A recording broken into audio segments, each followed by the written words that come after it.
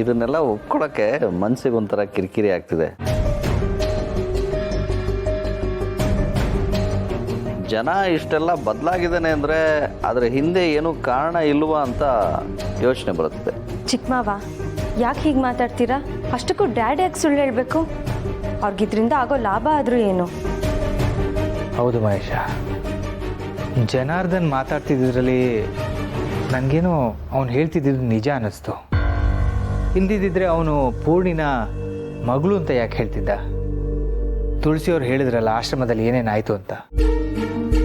ಇದ್ದಕ್ಕಿದ್ದ ಹಾಗೆ ಇಷ್ಟು ದೊಡ್ಡ ಸತ್ಯ ಗೊತ್ತಾಗಿರೋದ್ರಿಂದ ಒಪ್ಕೊಳ್ಳೋಕ್ಕೆ ನಮಗೆ ಕಷ್ಟ ಆಗ್ತಿದೆ. ಆದರೂ ನಮಗೇನಾಗ್ತಿದೆ ಅನ್ನೋದಕ್ಕಿಂತ ಮುಖ್ಯ ಪೂರ್ಣಿ ಮನಸ್ಸಲ್ಲಿ ಏನು ಓಡ್ತಿದೆ ಅನ್ನೋದು. ಅದ್ರ ಬಗ್ಗೆ ನಾನು ಪೂರ್ಣಿ ಹತ್ರ ಆಮೇಲೆ ಮಾತಾಡ್ತೀನಿ.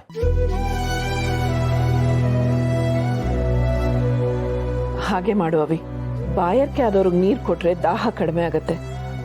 ಅದೇ ನೀರಲ್ಲಿ ಮುಳುಗಿಸ್ಬಿಟ್ರೆ ಉಸಿರು ಕಡ್ದಾಗತ್ತೆ. ಈಗ ಪೂರ್ಣಿ ಪರಿಸ್ಥಿತಿನೂ ಹಾಗೆ ಆಗಿದೆ.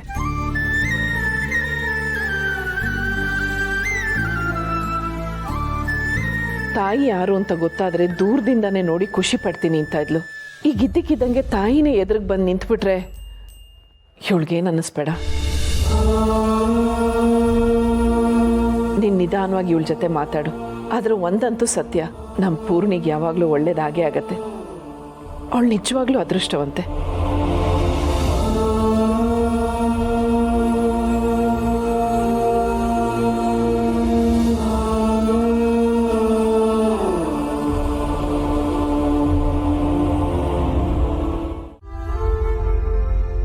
ಯಾವಾಗ ಮತ್ತೆ ಇಲ್ಲಿಗೆ ಬರ್ತೀನೋ, ನನ್ನ ಮಗಳನ್ನ ನೋಡ್ತೀನೋ ಅನ್ಸ್ಬಿಟ್ಟಿತ್ತು. ಪೂರ್ಣಿ ಏನಾದರೂ ಹೇಳಿದ್ಲಾ? ನಿಮ್ಮ ಸಂಕಟ ನನಗೆ ಅರ್ಥ ಆಗತ್ತೆ. ನಾವು ಇದುವರೆಗೂ ಪೂರ್ಣಿನೇನು ಕೇಳಿಲ್ಲ. ಈಗ ನೀವು ಬಂದಿದ್ದೀರಲ್ಲ, ನೀವೇ ಮಾತಾಡಿ.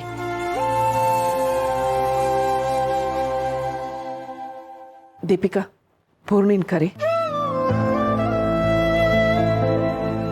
ಆದರೂ ಕೆಟ್ಟಗಳಿಗೆ ದುರಾದೃಷ್ಟ ಅಂತ ಹೆತ್ತ ಮಗಳನ್ನೇ ದೂರ ಮಾಡಿದೆಯಲ್ಲ, ಹೇಗೆ ಮನಸ್ಸು ಬಂತು ಜನಾರ್ದನ್? ತಪ್ಪು ಮಾಡುವಾಗ ಮನಸ್ಸು ಕಲ್ಲಾಗಿರುತ್ತೆ. ಆಗ ನಾನು ಮನುಷ್ಯ ಆಗಿರಲಿಲ್ಲ. ಅವತ್ತು ಮಾಡಿದ ತಪ್ಪಿಗೆ ಇವತ್ತು ನಾನು ಹೊಂದ್ಕೋತಾ ಇದ್ದೀನಿ.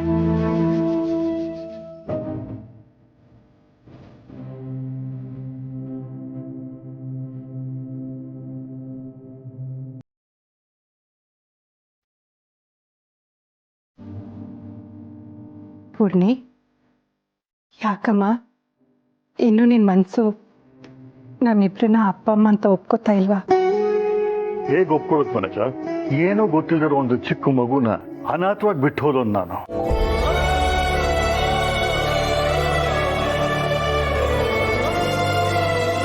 ನನ್ನ ಮೇಲೆ ಅವಳ ಕೋಪ ಇದ್ದೇ ಇರುತ್ತೆ ಅಲ್ವಾ ಪೂರ್ಣಿ? ನೋಡು ಮಗಳೇ, ನೀ ನನಗೆ ಏನು ಶಿಕ್ಷೆ ಬೇಕಾದ್ರೂ ಕೊಡು,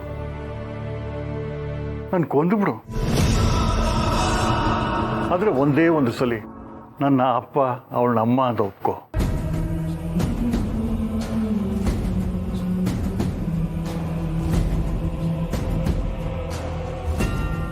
ಪೂರ್ಣಿ, ಏನಾದರೂ ಮಾತಾಡು. ನಿಂಗೆ ಏನು ಅನಿಸ್ತಿದೆ ಅದನ್ನಾದರೂ ಹೇಳು. ನನಗೇನು ತೋರಿಸ್ತಿಲ್ಲ ಮಾವ. ನನ್ನ ಕಲ್ಪನೆಯಲ್ಲಿ ಅಪ್ಪ ಅಮ್ಮ ಅಂದರೆ ಮುಖದ ಪರಿಚಯನೇ ಇಲ್ದಿರೋ ನೆರಳುಗಳಷ್ಟೇ ಕಾಣ್ತಿದ್ವು. ಆದರೆ ಈಗ ಇದ್ದಕ್ಕಿದ್ದಾಗೆ ನಿನ್ನ ಹೀಯಾಡಿಸಿ ಮಾತಾಡಿದವನು ಇವಾಗ ಅಪ್ಪ ಅಂತೀಯಾನೆ. ಅದನ್ನು ಒಪ್ಕೊಳ್ಳೋಕೆ ಸ್ವಲ್ಪ ಕಷ್ಟ ಆಗತ್ತಲ್ಲಮ್ಮ. ಹೋಗ್ಲಿ ಬಿಡು, ಅಪ್ಪನ ಹತ್ರ ಬೇಜಾರಿದ್ರೆ ಏನೂ ಹೇಳ್ಬೇಡ. ಅಟ್ಲೀಸ್ಟ್ ನಿಮ್ಮ ಅಮ್ಮನ ಹತ್ರ ಮಾತಾಡು. ಅವಳು ಹೃದಯ ನಿಂಗೋಸ ತುಡಿತಾ ಇದೆ. ಏನಿದ್ರು ಅವಳ ಹತ್ರ ಹೇಳು.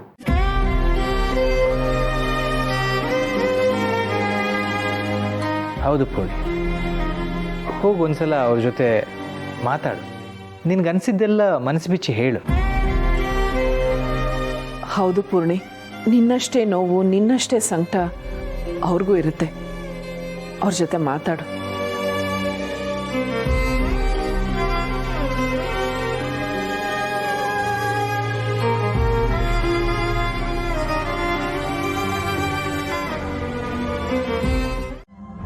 ಯಾಕೆ ಅಂದರೆ ಅದನ್ನು ಕೇಳೋರು ಯಾರೂ ಇರಲಿಲ್ಲ. ಪೂರ್ಣಿ.